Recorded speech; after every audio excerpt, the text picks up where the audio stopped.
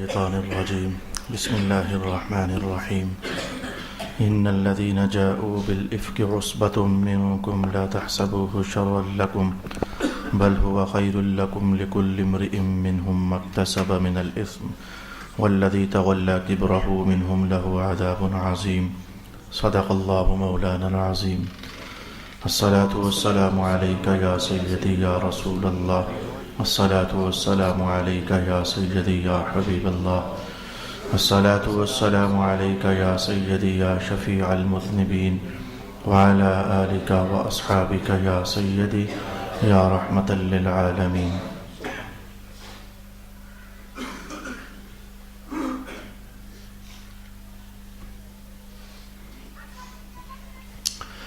اللہ رب العالمین نے سورہ نور میں 10 آیات گزارنے کے بعد 11ویں آیت جب شروع ہوئی تو اس میں حضرت ام المؤمنین سیدہ عائشہ رضی اللہ تعالی عنہا آپ کی ذات اقدس پر منافقین مدینہ نے ایک بہت خطرناک قسم کا کیچڑ اچھالا تھا.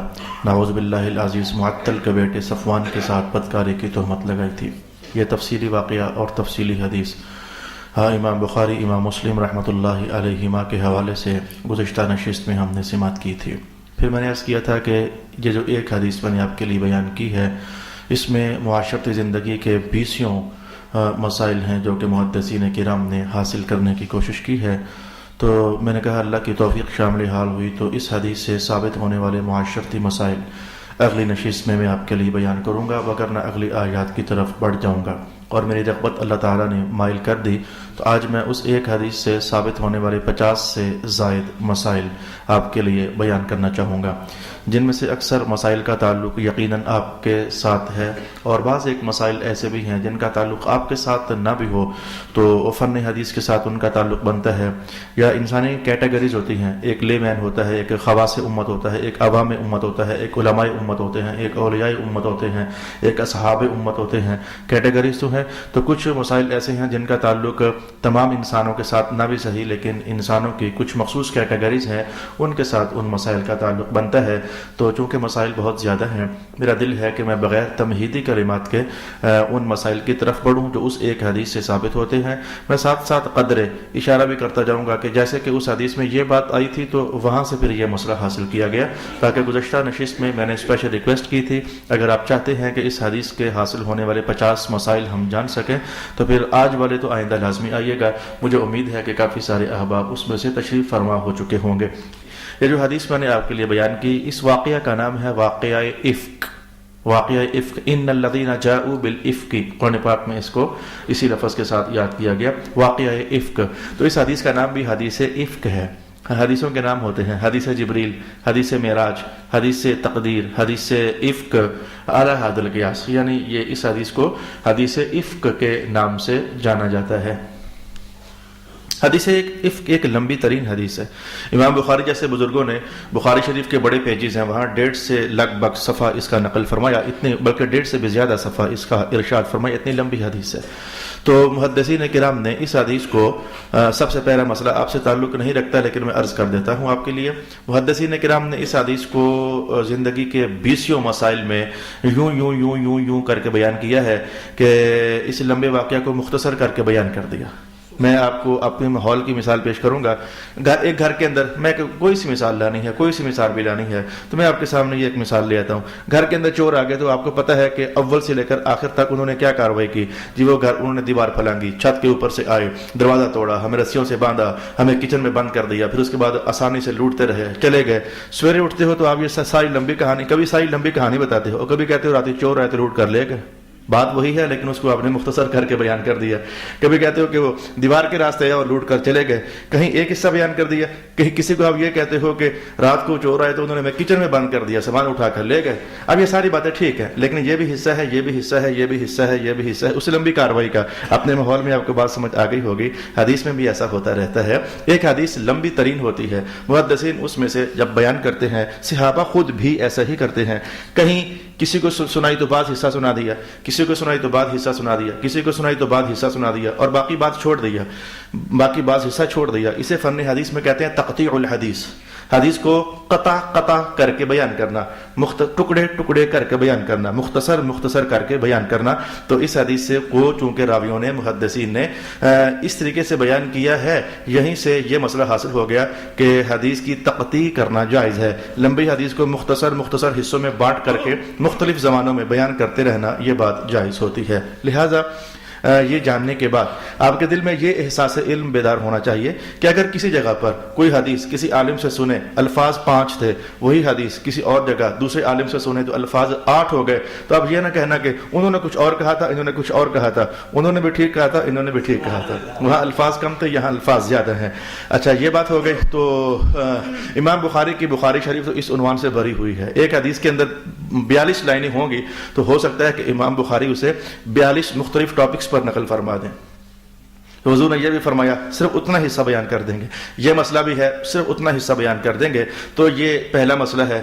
زیادہ اس پر مجھے نہیں رکنا ہے کیونکہ اس مسئلے کا تو آپ سے تعلق بھی نہیں بنتا، اس کا تو اہل علم سے تعلق بنتا ہے. جو آپ سے تعلق رکھنے والی باتیں ہیں میں وہ آپ کے سامنے بیان کرنا چاہوں گا. دوسری بات میں یہ عرض کرنا چاہوں گا کہ رسول پاک علیہ الصلوۃ والسلام نے سفروں میں ازواج کو ساتھ رکھا کرتے تھے. تو جب ازواج زیادہ تھی تو آپ قرآن اندازی ڈال لیا کرتے تھے. 2-3 مسائل فوراً سمجھ آ گئے کہ بیویوں کو میرے استاد گرامی حضرت علامہ سید ریاض حسین شاہ صاحب خوش طبی میں فرمایا کرتے تھے بیویاں قابل عزت اور قابل احترام اللہ کی مخلوق ہے، انہیں مرغیوں کے ڈبے کی طرح تاڑ کے مت رکھا کرو.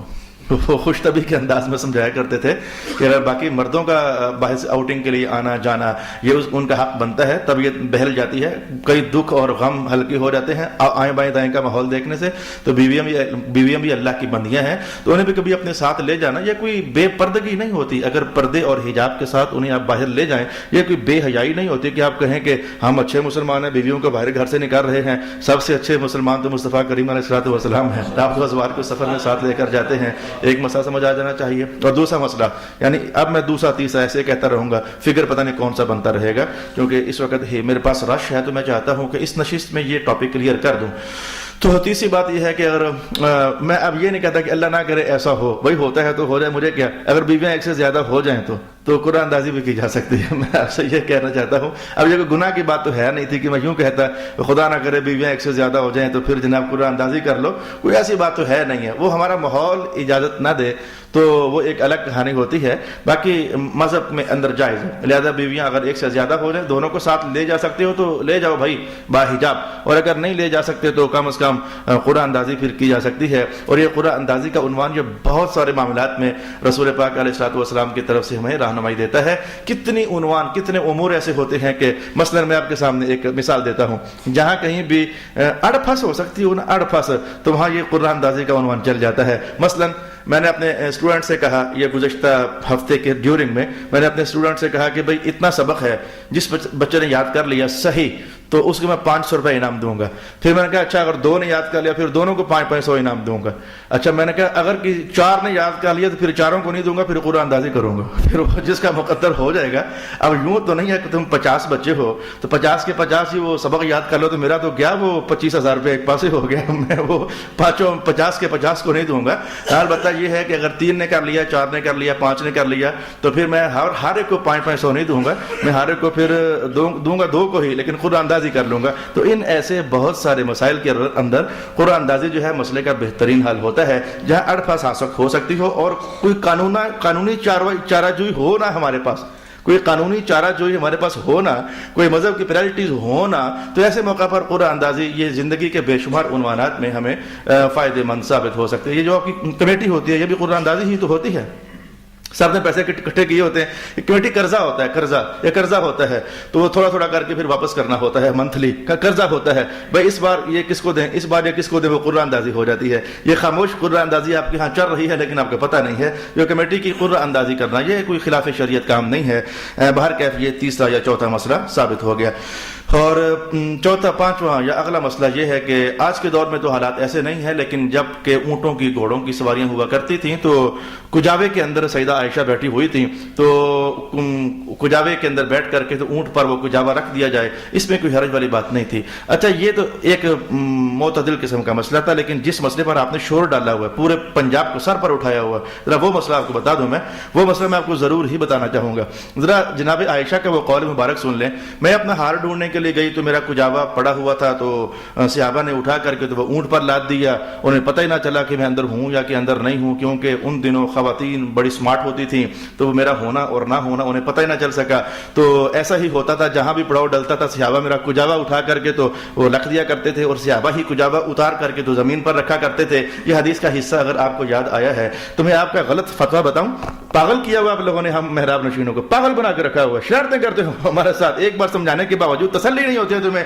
غیر محرم کے کندھے کو جنازہ نہیں دینا چاہیے، غیر محرم کے جنازے کو کندھا نہیں دینا چاہیے۔ وہ پیارے ہو، چلو نہیں کہتا کہ پاگل ہو، میں کہتا ہوں پیارے ہو، یہ چارپائی اٹھانا، خاتون اس کے اوپر پڑی ہوئی ہے، چارپائی اٹھانا، آپ چارپائی کو اٹھا رہے ہو، خاتون اس کے اوپر پڑی ہوئی ہے، تو یہ دیکھو یہ آپ کے سامنے کیا ہے، وہ تو فوت ہو گئیں جن کی طرف گناہ کا شائبہ بھی نہیں جا سکتا ہے، لیکن یہ دیکھو جناب عائشہ زندہ ہیں، کجاوے کے اوپر ہیں، صحابہ وہ کجاوا لکڑی کا بنا ہوا اٹھا کر کے اونٹ پر لادتے بھی ہیں اور اونٹ سے اتارتے بھی ہیں، یعنی وہاں تو حالانکہ پردے کی آیت بھی اتر چکی ہے، پردے کی آیت بھی اتر چکی ہے۔ یہ غزوہ بنی مستلق جو ہے، یہ غزوہ یہ 5 ہجری میں واقعہ پیش آیا، اور غزوے کی آیت جو ہے، حجاب کی آیت، وہ تو 3 یا 4 ہجری کے اندر اتر چکی ہے۔ تو پردے کے احکام نازل ہونے کے باوجود کوئی خاتون لکڑی کے کسی ٹھیے پر ہو، اسے اٹھا کر کے اونٹ پر لادنا، وہاں سے اتار لینا، اگر یہ بات آپ کو سمجھ آتی ہے، اور یہ واقعہ حضور کی نگاہوں کے سامنے ہو رہا ہے، یہ بھی ذرا دیکھو ذرا، اور ایک بار نہیں کئی بار ہو رہا ہے۔ حضور تو منع نہیں فرماتے، غلط کام ہو اور نبی منع نہ کرے ان کے منصب نبوت کے خلاف ہوتا ہے، رسول تو فوراً روکتے ہیں، اب بھائی یہ کام غلط ہو گیا، یہ کام غلط ہو گیا، یہ کام غلط ہو گیا۔ میرا خیال ہے آج کے بعد آپ کو پریشان کم از کم نہیں ہونا چاہیے، کوئی اور مانے یا نہ مانے، اس وقت جو میرے سامنے 500,000 بیٹھے ہو، کم از کم آپ تو علمی لاجک سمجھے نا کہ خاتونوں کو چھونا منع ہے، لکڑی کی چارپائی کو چھونا تو منع نہیں ہے، لہذا وہ جس چارپائی پر کوئی خاتون ہو، غیر محرم ہو، تو ہم سارے مسلمان کندھا دے سکتے ہیں، ہم کوئی عورت کو تھوڑا پکڑ رہے ہیں، ہم تو لکڑی کی چارپائی کو پکڑ رہے ہیں۔ اور یہ مسئلہ حالانکہ یہاں میرے سامنے لکھا ہوا نہیں ہے، آپ کو یہ بھی بتا دوں ان 50 مسائل میں یہاں یہ لکھا ہوا نہیں ہے۔ آج جب میں بیٹھ کر کے تو مزید سوچ و بچار کر رہا تھا کہ اس میں سے اور کیا مسئلہ حاصل ہو سکتا ہے، تو اللہ پاک نے اس وقت ذہن میں یہ بات ڈالی، یہ مسئلہ گجرخان والوں کو تو پہلے بتاؤ نا، کہ جو فتویٰ جاری کرتے خود ہی آپس میں سارے مفتی بنے ہوتے ہو کہ غیر محرم عورت کی چارپائی کو کوئی بھی کندھا نہیں دے سکتا، لا حول ولا قوت الا باللہ العلی العظیم۔ یہ بات کرنے کے بعد مختصر مسائل بھی ہیں۔ سفر کی حالت میں اگر ضرورت بن جائے تو مرد خواتین کی خدمت کر سکتے ہیں، یعنی صحابہ سیدہ عائشہ کا کجاوا اتار کر رکھتے بھی تھے اور چڑھاتے بھی تھے، یعنی خواتین کی خدمت کی ضرورت پیش آ جائے تو مہذب اور کلچرڈ طریقے کے ساتھ ایسا کرنا، اس میں کوئی حرج والی بات نہیں ہے۔ اگلی بات یہ ہے کہ اللہ آپ کو سمجھ اور دانائی نصیب کر دے، آپ کو بھی اور مجھے بھی۔ 2 بندے بھی ہوں تو 2 میں سے ایک کو امیر ہونا چاہیے، سفر طے کرنے کے لیے 2 بندے بھی ہوں تو ایک کو امیر ہونا چاہیے، 4 بندے بھی ہوں تو ایک کو امیر ہونا چاہیے۔ یہ میں نہیں کہہ رہا ہوں، یہ سرکار دو عالم علیہ الصلوۃ والسلام ارشاد فرماتے ہیں۔ یہ ہوتا ہے نوجوان سنگی بیلی دوست یار مل کر آ یار فلانی جگہ چلیں، تو چلے تو جاتے ہو، پر کسی کو اپنا امیر منتخب کرنا یہ رسول پاک علیہ الصلوۃ والسلام کی بڑی قوی سنت ہے۔ ایک بات امیر منتخب کرنا اور پھر اس امیر کی اطاعت بھی کرنا، پھر اس امیر کی اطاعت بھی کرنا، یہ بھی سفر کی سنتوں میں سے ایک سنت ہے۔ تو چونکہ یہ قافلہ رسول اللہ کا تھا، رسول اللہ ہی امیر تھے، حضور کے ہوتے ہوئے اور کون امارت سنبھال سکتا ہے، تو مصطفیٰ کریم علیہ الصلوۃ والسلام ہی امیر تھے۔ حکم جاری کرتے پڑاؤ لگ جاتا، حکم جاری کرتے پڑاؤ اٹھا دیا جاتا، یہ مسئلہ بھی محدثین نے یہاں سے حاصل کرنے کا اہتمام کیا۔ اور تیسری چیز یہ ہے کہ باپردہ ہو کر یہ سارا کاروائی ہو رہے تو کوئی حرج والی بات نہیں ہے۔ سیدہ عائشہ فرماتی ہیں کہ میرا ہار ٹوٹ کر گر گیا، پہنا ہوا تھا تو گر گیا نا۔ تو سفر کی حالت میں چھپی زینت کرنے میں کوئی حرج والی بات نہیں ہے، سفر کی حالت میں کوئی ہار پہن لینا کوئی حرج والی بات نہیں ہے، سفر کی حالت میں باپردہ ہو کر چھپی زینت بنا لینا تو اس میں کوئی حرج والی بات نہیں ہے۔ اس حدیث سے یہ مسئلہ بھی باہر کیف حاصل کرنے کا اہتمام کیا گیا۔ اچھا، تو یہ مسئلہ جو اب میں کہنے والا ہوں سمجھو تو ہمارا بھی بن سکتا ہے، لیکن بیسیکلی یہ خواتین کے لیے مسئلہ ہے اور عجیب الشان مسئلہ ہے۔ محدثین نے کہا اس کا مطلب یہ ہوا کہ وہ پہلے حدیث کا حصہ سامنے لے آئیں کہ جناب عائشہ فرماتی ہے کہ ہمارا وجود خواتین کا ہلکا پھلکا ہوتا تھا، ہم کھانا جو کم کھاتی تھیں تو اس لیے اسمارٹ ہوتا تھا، جسم پر زیادہ گوشت نہیں ہوتا تھا۔ محدثین نے کہا اس کا مطلب یہ ہے کہ سیدہ عائشہ پوری امت کی خواتین کو یہ لیسن دے رہی ہے کہ مرد موٹا ہو جائے پھر بھی شاید اچھا لگ سکتا ہے، پر عورت کو موٹا نہیں ہونا چاہیے، وہ اسے ذرا اسمارٹ ہی ہونا چاہیے۔ ہمارے فطرت کے اندر یہ چیزیں چیزیں ہیں نا. منڈے شادی کرتے ہیں تو ماؤں کو چھپ کے خالہ کے بہانے یا پھپھی کے بہانے کہتے ہیں اماں اور کہ آخسو کہ کڑی ذرا سمارٹ ہی ہوا ہے, وہ کڑی ذرا سمارٹ ہی ہوا ہے, جو بولتے ہو نا خفیہ کھاتے, وہ انسانی فطرت ہے. تو جناب عائشہ نے یہ سمجھا دیا کہ خواتین کو پھر وہ زیادہ بوٹیاں چھوٹیاں کھانے سے احتیاط ہی کرنی چاہیے تاکہ ان کا وجود جو ہے وہ ویٹ لیس رہے اور اس پر گوشت کی مقدار اور تہیں زیادہ نہ چڑھ جائیں. یہ اللہ کا نظام فطرت ہے. یہ مرد ذرا دکھنے میں ہیلتھی ہی نظر آتے ہیں اور خواتین کو اسمارٹ ہی رہنا یہ ان کی فطرت کے لیے زیادہ ذرا قریب ہے. اس پر میں زیادہ بحث نہیں کرتا, آپ کو عنوان سمجھ آ گیا ہے. کیونکہ حدیث سے یہ آپ کو محسوس ہوگا کہ یہ باریک نظر علماء, اللہ نے ان کو کیا کمال عطا فرمایا ہوتا ہے کہ حدیث کا ایک واقعہ ہے اس سے 50 سمہودی جیسے محدث تو 200 مسائل بھی حاصل کر لیتے ہیں ایک حدیث سے. چلو ان سب کو میں ایک طرف عزت سے رہنے دوں اور جناب ابو حنیفہ کا حوالہ قائم کر دوں. تو ایک دن آپ نے اللہ کی عطا کے جوش میں آ کر کے یہ جملہ بول دیا, 8 لاکھ سے قریب مسائل ہیں جو ابو حنیفہ آج تک قرآن و سنت سے نکال چکا ہے, لیکن اللہ کے فضل کا حال یہ ہے اگر میرے پاس صرف یہ ایک حدیث ہوتی انما الاعمال بالنیات, آپ نے یہ بولی بھی اور ہمیں سمجھ نہیں آتی, میں تو بالکل آج تک مجھے بات سمجھ نہیں آ سکی, اگر یہ ایک حدیث ہوتی میرے پاس انما الاعمال بالنیات, تو اللہ نے فضل کیا ہے میں اس ایک حدیث سے یہی 8 لاکھ مسائل بنا سکتا تھا. اللہ اکبر اللہ اکبر اللہ اکبر. میں کہتا ہوں کہ یہ دعویٰ جو ابھی آپ کے سامنے پہنچا ہے اس سے پہلے بھی اس سے بڑا دعویٰ ہو چکا ہے. مولا کائنات جناب علی نے کیا ارشاد فرمایا تھا, بسم اللہ کی بے پر لکھنا شروع کر دوں نا کہیں میں, اگر بلکہ بسم اللہ کی بے کے نقطے پر کہیں میں اگر لکھنا شروع کر دوں نا نقطے پر, تو اونٹ بھر جائیں گے لیکن وہ بے کے نقطے کے اندر جو چھپے ہوئے اسرار اور رموز ہیں وہ پھر بھی باقی رہیں گے. تو یہ اللہ جن کو بھائی نواز دے. صاف سی بات ہے کہ ہم چونکہ اس محلے کے بندے نہیں ہیں, ہم اس علاقے کے بندے نہیں ہیں کہ علم کی کابشیں اور سینہ کھلے, اللہ کا فضل برسے, ذہن وسیع ہو جائے اور دل کے اندر اللہ تعالیٰ کے انوار بے حجاب اتریں. چونکہ ہم اس طرح کے بندے ہیں نہیں ہیں, اس لیے ہمیں یہ سمجھ نہیں آتی ہے جسے آپ لوگ اپنی پنجابی کے اندر کہتے ہو کنویں کے مینڈک کو سمندر کی بہاروں کا کیا پتا ہو, وہ تو کنویں کی 4 دیواری کے اندر رہنے والا ہے. تو ہم جہالت کے کنویں کے مینڈک ہیں. صاف سی بات ہے, میرے سمیت ہم سب جو ہے نا ہوتے ہو ناراض تو ہو جاؤ, میرے سمیت آپ سب جو ہو, ہم سب مذہب کے علم کے حوالے سے ایسے ہیں کہ جہالت کے کنویں کے مینڈک ہیں. 2-4 مسئلے آتے ہیں اور بس, اس سے ہٹ کر بہت کچھ ہمیں نہیں آتا ہے. لیکن جن کو رب کائنات نے علم کا بادشاہ بنایا ہوا ہے وہ اس طرح کی بات کہتے ہیں, انہیں زیب دیتی ہے, انہیں سزاوار ہے. ظاہر ہے کہ وہ ہیں جن کو سند رسول اللہ نے عطا فرمائی, جناب علی وہ ہیں جن کو سند رسول اللہ نے عطا فرمائی, اور امام اعظم وہ ہیں جو حضرت علی کے بیٹوں سے خیرات لینے والے ہیں, امام رضا پاک سے خیرات لینے والے ہیں, امام زین العابدین پاک کی فیوزات و برکات سے استفادہ حاصل کرنے والے ہیں, امام باقر پاک کی صحبتوں میں آنے جانے والے ہیں. تو چونکہ علم ہے ادھر سے ہی سارا, وہاں ذرا بلا واسطہ ہو گیا اور جناب ابو حنیفہ تک آتے آتے معاملہ درمیان میں واسطوں کا پڑ گیا. الغرض میں نے کہا کہ اللہ تعالیٰ ان باریک نظر محدثین کی تربتوں پر ہزاروں رحمتیں نازل فرمائے. اچھا ایک اور چیز میں عرض کرنا چاہوں گا کہ اگر قافلہ کہیں کوئی قافلہ ہو, کوئی قافلہ, تو پرسوں ہمیں ایک لمبا سفر طے کرنا تھا, تو جس کے اندر میرے سارے اسٹوڈنٹس بھی تھے, ہمیں ایک دور جانا تھا, اپنے بڑے بزرگوں کے بارگاہ میں حاضر ہونا تھا ہمیں تاکہ ذرا کچھ برکات حاصل کر لیں. تو اب گاڑیاں ہمارے پاس 3 تھیں, تو میں وہ سارا راستہ پاگل ہی بنا رہا, کبھی اس کو ٹریس کروں کہ فون پر, کبھی اسے ٹریس کروں, تو کدھر ہے, تو کدھر ہے, تمہاری گاڑی کہاں پہنچی ہے جی, چیک پوسٹ پر رک گئی ہے جی, اچھا وہ چھوٹی ہے جان کے نہیں چھوٹی. تو میرے ساتھ کے ایک ساتھی کہتا ہے کہ آپ یہ روحانی سفر طے کرنے جا رہے ہو یا پاگل بننے جا رہے ہو. میں نے کہا کیا کروں, تو اصل میں رسول اللہ علیہ السلام کی سنت شریفہ یہ ہے کہ صفوان ابن معطل کی ڈیوٹی تھی آج کہ جب یہاں سے قافلہ روانہ ہو جائے تو پیچھے دھیان رکھنا کوئی شے تو نہیں گری پڑی ہوئی ہے کسی کی, اگر کسی کی گری پڑی شے ہو تو وہاں سے اٹھانی ہوتی ہے. تو میں نے کہا یار میری مجبوری ہے, اب یہ 60 بندے میرے ساتھ اب چل جو پڑے ہیں, تو اب ان کو میں پتہ کروں کسی کو کھانے کی پینے کی حاجت کی کوئی پریشانی کی ضرورت تو نہیں ہے.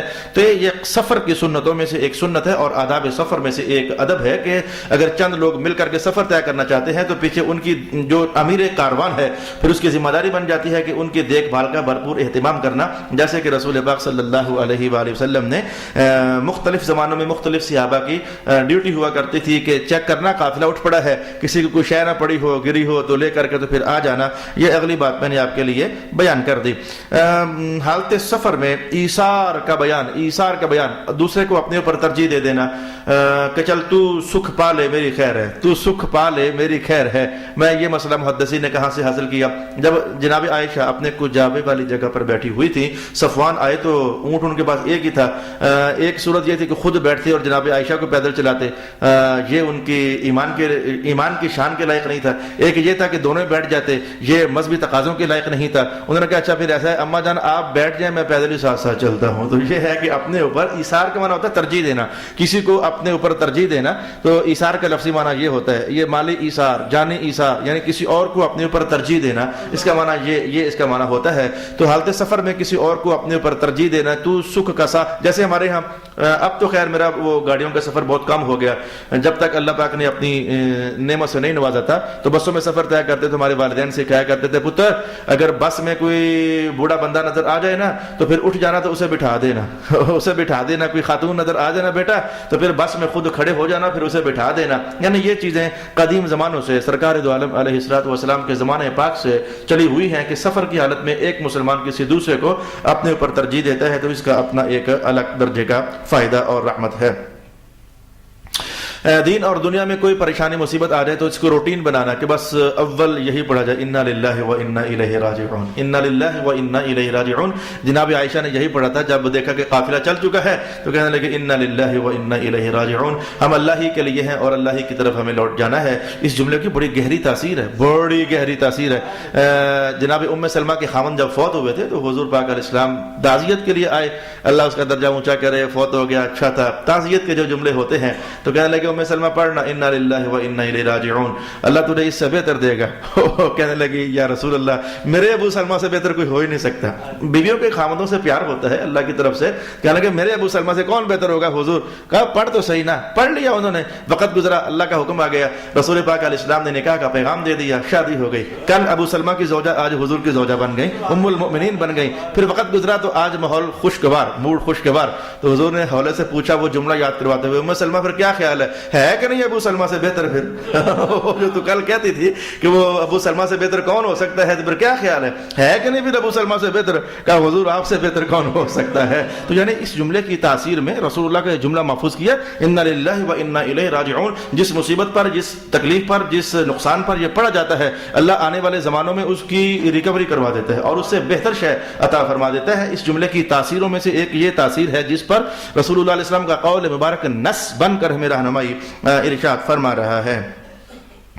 حالت سفر میں اور ویسے بھی کسی بھی اجنبی شخص کو دیکھ کر کے تو اپنے چہرے پر نقاب ذرا اہتمام سے کر لینا، یہ جناب عائشہ رضی اللہ تعالی عنہا کی سنت مبارکہ ہے۔ صفوان آئے تو دیکھا کہ صفوان ہے تو بس سارا راستہ آپ نے وہ نقاب لگائے ہی رکھا۔ یعنی اب اس حدیث کے اس جملے کے بعد میں کیسے بتاؤں آپ لوگوں کو وہ کس درد سے، کن الفاظ سے، جیسے اللہ پاک نے اپنی شان کے مطابق قرآن پاک میں مکہ والوں کو خطاب کیا فَبِأَيِّ حَدِيثٍ بَعْدَهُ يُؤْمِنُونَ، اور قرآن پر بھی اگر ایمان نہیں لائے ہو تو اس کے بعد چنگی گل کیڑی رہ گئی ہے جس پر ایمان لاؤ گے۔ فبأي حدیث، کون سی بات ایسی ہے جو قرآن سے بڑھ کر ہے تو اس پر ایمان لاؤ گے۔ میں کہنا چاہوں گا کہ اس سے بڑھ کر میں کون سی بات آپ کو بتاؤں کہ نقاب کا مطلب، برقعے کا مطلب اور پردے کا مطلب چہرہ چھپانا ہوتا ہے، باقی جسم تو پہلے بھی کپڑوں سے چھپا ہی ہوا ہوتا ہے۔ یہ برقعے پہنانے کے بعد چہروں کو چھپوانے کا اہتمام اپنی نئی نسلوں کی خواتین کو اور بیٹیوں کو اس پر کار بند کرنے کی کوشش کرو کہ اپنا چہرہ چھپانا، سارے فتنے چہرے کے اندر ہوتے ہیں، اور بھی جسم کے حصے ہوتے ہیں جہاں فتنے ہوتے ہیں، لیکن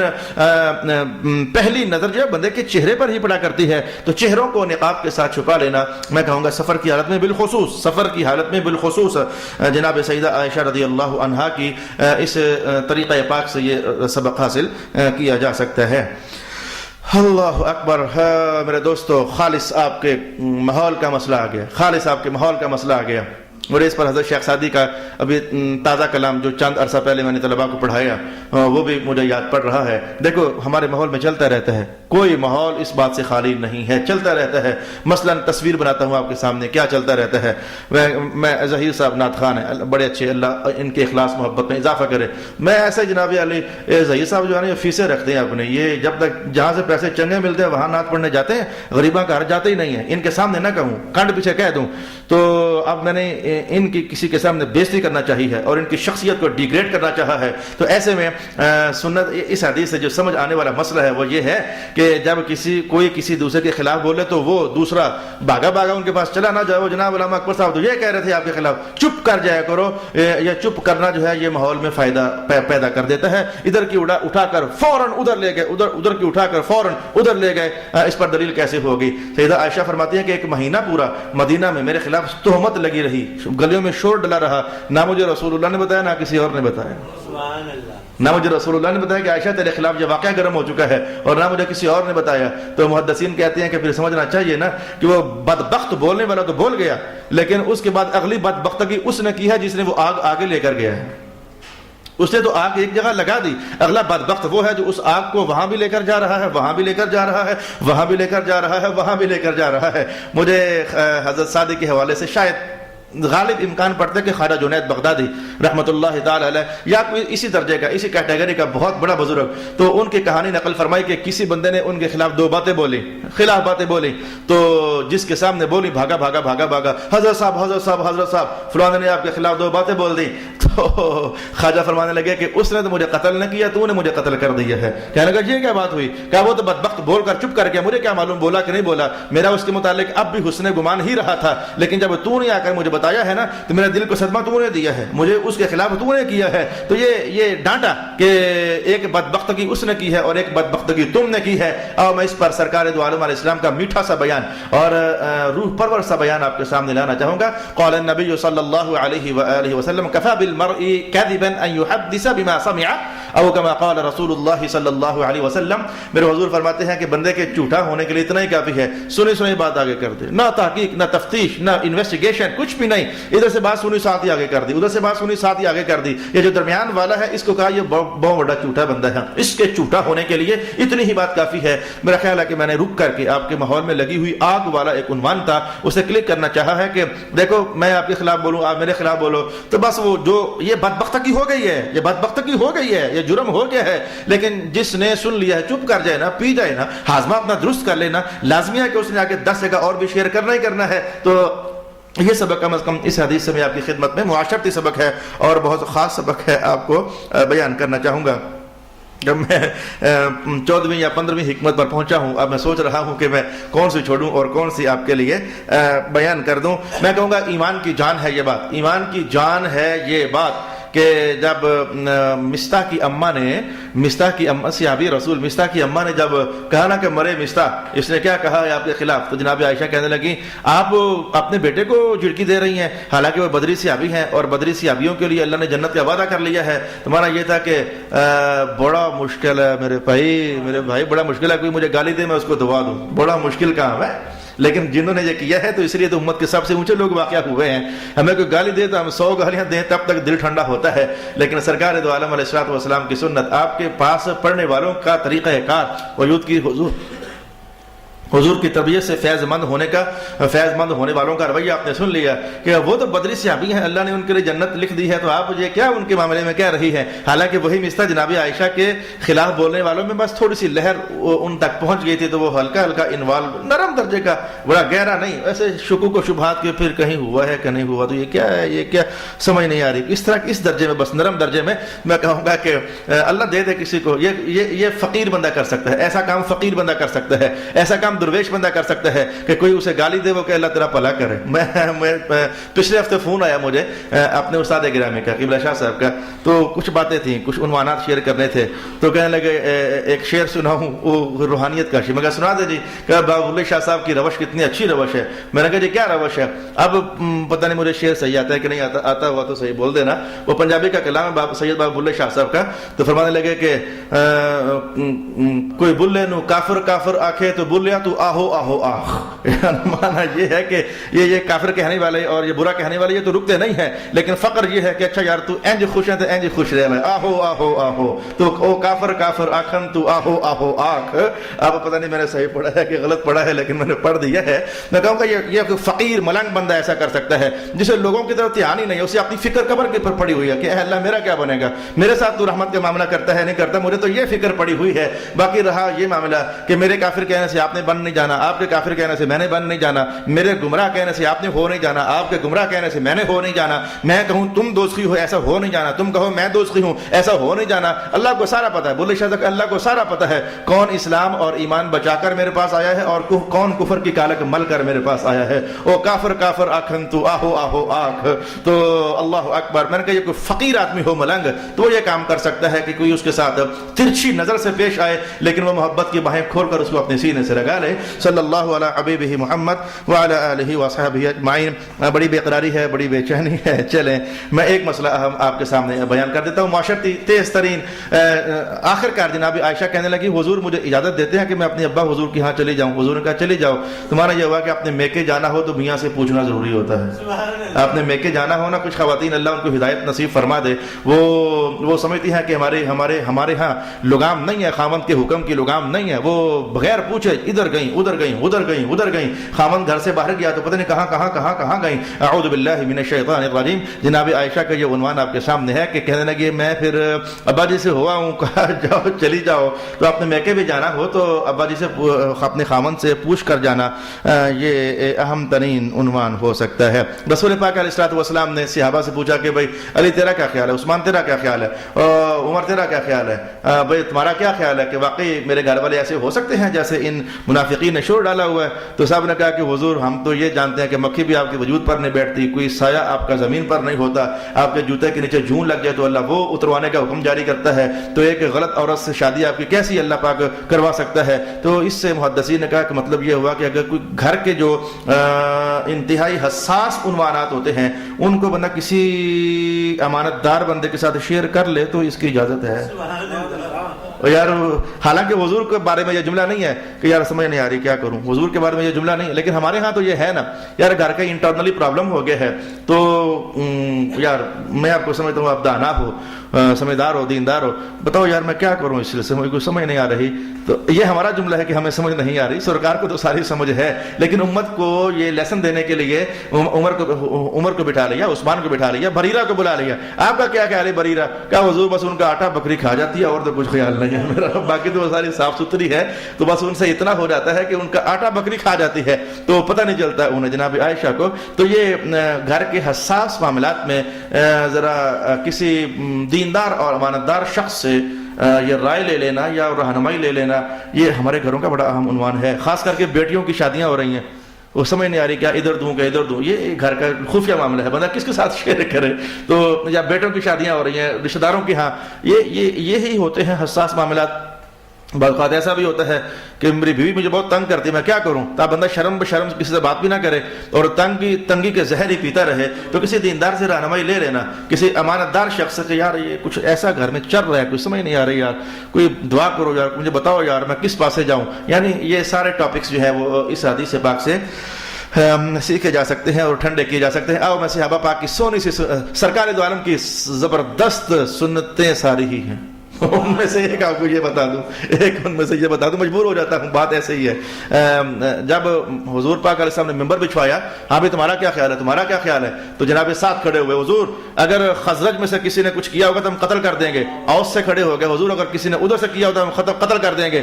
تو اتنی بات تو ہو گئی، اگر کسی نے آپ کے خلاف یہ بات بولی تو ہم انہیں قتل کر دیں گے۔ تو دونوں سرداروں کو، وہ اوس اور خزرج 40 سال لڑنے والے لوگ تھے، 40 سال لڑائیاں ان کی جاری رہنے والی تھیں، تو ایک دم سے وہ تھوڑی دیر کے لیے تعصب آ گیا، اور تم ہمارے کسی بندے کو قتل نہیں کر سکتے، کریں گے، کہا نہیں کر سکتے، معاملہ گرم ہو گیا۔ میرے حضور یہی فرماتے رہے، وہ ٹھہرو سے یہ بات تو سنو، وہ ٹھنڈے ہو جاؤ، کیا کر رہے ہو، اور میں تمہارے اندر بیٹھا ہوا ہوں، او سعد بیٹھ نہ تلے، او معاذ کے بیٹے تو بیٹھ نہ تلے، او بیٹھو، گل سنو میری۔ یعنی معاملہ گرم ہو رہا ہو تو تیل ڈالنا یہ حرام ہوتا ہے۔ پیارے ہو کیا ہو گیا، چسکے لگاتے ہو، چسکولے مسلمان ہو، معاملہ گرم ہو رہا، چسکے کا سن تو پھر کیا ہوا، سرکار کی سنت یہ نہیں ہے۔ معاملہ گرم ہو رہا ہو تو حضور ادھر بھی بولے اور ادھر بھی بولے۔ اس لیے جب میاں بیوی کی لڑائی ہوتی ہے تو 5واں سپارہ رب کائنات نے کہا حکما بینہما، ایک بندہ ایسا ڈھونڈو جو ادھر بھی خیر خواہ ہو، جو ادھر بھی خیر خواہ ہو، بیٹی والوں کو بھی سمجھائے اور بیٹے والوں کو بھی سمجھائے، ایک معتدل مزاج شخص جسے اپنی آخرت سے فکر ہو، تو ایسے بندے کو درمیان میں ڈلنا اور معاملے کو ٹھنڈا کرنا اور ابارنا نہ، نار ہور تیلیاں نہ لگانا۔ ہاں ایک دن میں بھی سنیا سی آندھا پیا سی ایویں ہور تیلیاں لگانا ساتھ، یہ حضور کی سنت نہیں ہے۔ جس نبی کے امتی ہو ان کا کردار آپ کے سامنے یہ ہے۔ میرا خیال ہے کہ اللہ تعالیٰ خود ہی میرے حضور کی بات کا فیض دلوں میں ڈالنے والا ہے۔ مولوی صاحب کیا ہوتے ہیں، خطیب کیا کر سکتا ہے، سنا سکتا ہے، بتا سکتا ہے، اس کے بعد دلوں کے اندر فیضان ڈال دینا، فیوزات و برکات ڈال دینا، یہ اللہ رب العالمین کا خاص فضل ہوتا ہے۔ اچھا جی، میں اب جماعت انشاءاللہ ہماری 1:15 بجے ہی ہوگی، خطبہ مختصر کر دوں گا لیکن 1-2 باتیں اور سن لیں۔ تو آخر کار یہ ہو گیا کہ اللہ کی طرف سے آیتیں اتر آئیں، عائشہ نے کچھ نہیں کیا، آیتیں اتر آئیں، تو جناب عائشہ کے اماں جان نے کہا چل اٹھ حضور کا شکریہ ادا کر. محبت کے ناز میں کہنے کہ میں اللہ کا کروں گی. آیتیں تو اللہ نے اتاری ہیں لیکن شکریہ ادا تو ہوا نا. محدثین نے کہا جب بھی اللہ کو نعمت دے پاوے امرود کا ٹکڑا ہی دے, نعمت ہے اللہ کی. بھلے امرود کا ٹکڑا ہی دے, نعمت ہے اللہ کی. اور بھلے بچوں کے ہاتھ سے ایک ریوڑی ہی تمہیں دے دے, اللہ کی نعمت ہے. جب بھی کوئی اللہ نعمت دے تو کہنا چاہیے مولا تیرا لاکھ لاکھ شکر ہے, تو نے یہ تو عطا فرما دی ہے نا. ہمارے ہاں یہ کھانے کے موقع پر, اسے کھانا کہتے ہیں, یہ کھانا کھایا روٹی سالن, اس کے بعد دعا کرنے کا رواج ہے, دعا کرنی چاہیے. حالانکہ حکم یہ ہے کہ ہر کھانے والی شے کے بعد دعا کرنی چاہیے. وہ ادھی روٹی کھائی ہے تو اس کے بعد بھی کہنا چاہیے الحمدللہ. پانی کا آدھا گھونٹ پیا ہے تو اس پر بھی کہنا چاہیے الحمدللہ. تو تازہ تازہ نعمت اگر میسر ہو جائے. اچھا میں جلدی سے ایک اور بات کہہ دوں. جناب عائشہ کہنے لگی کہ ایسے موڑ پر لا کھڑا کیا ہے ماحول نے مجھے, اگر میں اقرار کر لوں اس جرم کا حالانکہ میں نے نہیں کیا تو تم لوگ ماننے کے لیے تیار ہو جاؤ گے, اور اگر میں انکار کروں اور حالانکہ بات میں سچی ہوں, انکار میں نے جرم نہیں کیا, تو اگر میں انکار کروں تو تم مانو گے نہیں, اقرار کروں تو سارے مان جاؤ گے.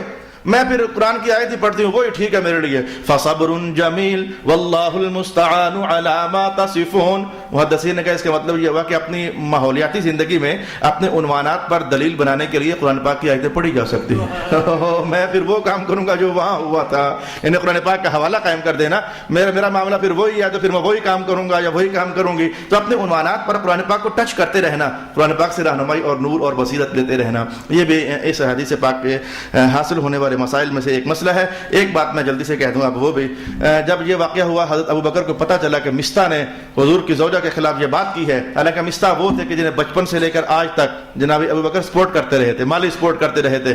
تو کہنے لگے اچھا مستح میں تمہیں جناب دے دے کے تے آج تم ایک کام کیتا ہے. صحابی جلال میں آ گئے, آج کے بعد پھر ٹھیک ہے اپنا زندگی خود ہی چلا, میں پھر تجھے نہیں دوں گا. وہ جو دیا کرتے تھے اس سے روکنے کی بات کی. آئندہ جب یہ آیت آئے گی تو وہاں جا کر تفصیل سے حدیث دیکھ لیں گے. رب کائنات نے آیت اتار دی اور کہا کہ ابو بکر جو فضیلت والے ہوتے ہیں ان کا یہ کام نہیں ہوتا. فضیلت والے جو ہوتے ہیں نا, ولا یأتل اولو الفضل منکم, ابو بکر تجھے تو ہم نے اتنی فضیلتیں دی, یہ فضیلت والوں کو یہ جملہ ٹھیک نہیں ہے. تو کیا کروں, حضور نے کہا چل وہ جو قسم اٹھایا توڑ دے اور مستح کو دیا کر مستح کو. تو اگر بندہ نیکی کے کام سے رکنے کی قسم اٹھا لے, آج کے بعد میں تیرے گھر پیر نہ پاسا, اللہ نے قسم ہے نیکی کا ملنا نیکی ہے, اور قسم اٹھا دینا کہ میں یہ کام نہیں کروں گا, میں اپنی ماں گل نہ کر سا, اللہ نے قسم لگا میں کی. تو یہ جو نیکی کے کام سے رکنے پر قسم اٹھانا, تو قرآن پاک اور حدیث کا بیان یہ ہے کہ بس اس قسم کو فوراً توڑنا لازم ہوتا ہے. یہ 6 دن پہلے کہیں سے فون آ گیا کہ ایک دوست نے قسم اٹھائی تھی کہ دوسرے سے بات نہیں کرے گا, اب بات کرنے کا دل کر رہا ہے, کیا کریں. میں نے کہا اسے کہا فوراً قسم توڑ, بات کر, چل جا کر بات کر. تو کہنے کا پھر کیا ہوگا, میں کہا پھر کفارہ دینا پڑے گا, اور کیا ہوگا پھر. تو اگر نیک کام سے رکنے کی کوئی بندہ قسم اٹھا لیتا ہے تو اسے توڑنا لازم ہو جاتا ہے, اور اس کے بعد پھر اس پر کفارہ ادا کرنا لازم ہو جاتا ہے. چل یار اتنا ہی کافی ہے. وآخر دعوانا الحمدللہ رب العالمین.